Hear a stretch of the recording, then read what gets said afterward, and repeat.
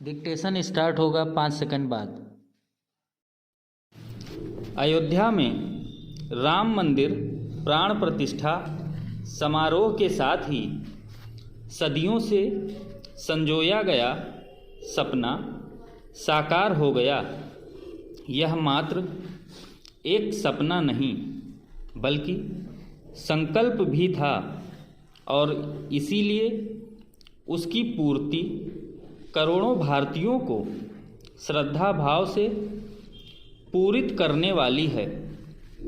खुशी के आंसू सचमुच देखने को मिल रहे हैं। इसका कारण यही है कि अयोध्या में राम जन्मभूमि पर केवल राम के नाम का मंदिर ही निर्मित नहीं हुआ है बल्कि भारतीय संस्कृति के प्राण तत्वों की प्रतिष्ठा भी हुई है। इसी के साथ आहत भारतीय स्वाभिमान को संबल भी मिला है।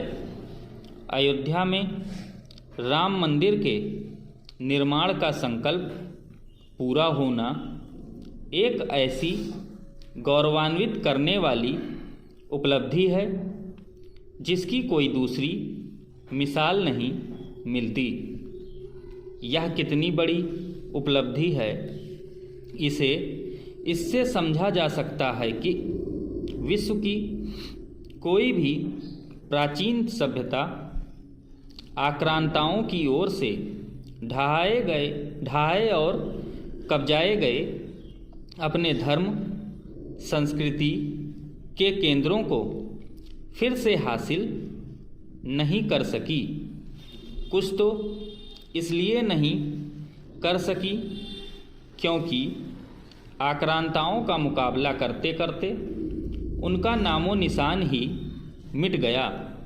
हमने अपने आत्मबल से असंभव को संभव कर दिखाया।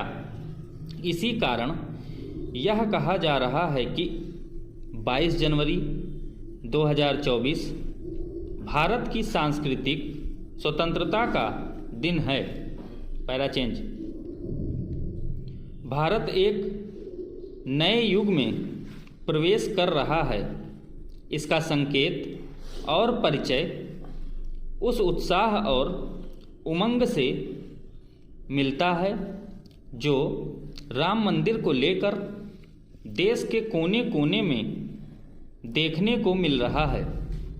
यह स्वाभाविक ही है कि दुनिया के वे क्षेत्र भी ऊर्जा और उत्साह से भरे हुए हैं जहां भारतीय अथवा भारतवंशी रहते हैं।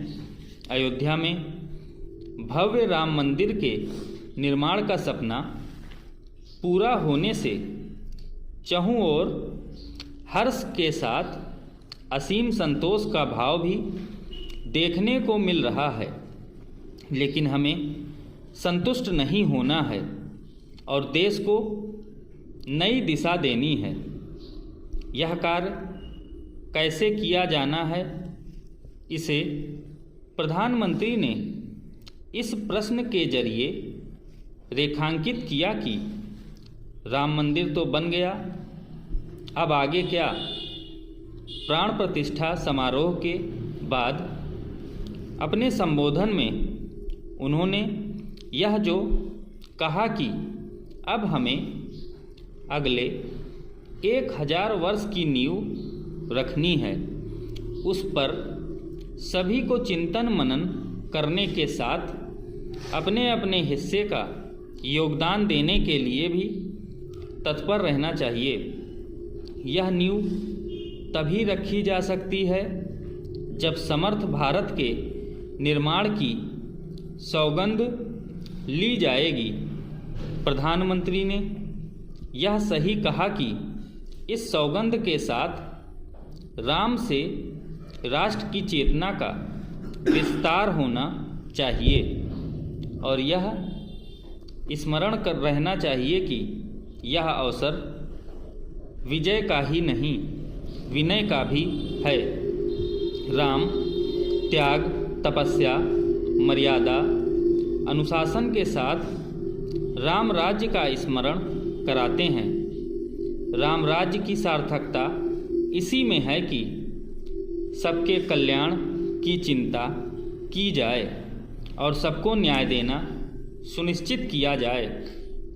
यह सब करना तब आसान होगा जब यह ध्यान रहेगा कि राम विवाद नहीं, समाधान है और वह केवल इनके उनके नहीं बल्कि सबके हैं। अयोध्या में राम मंदिर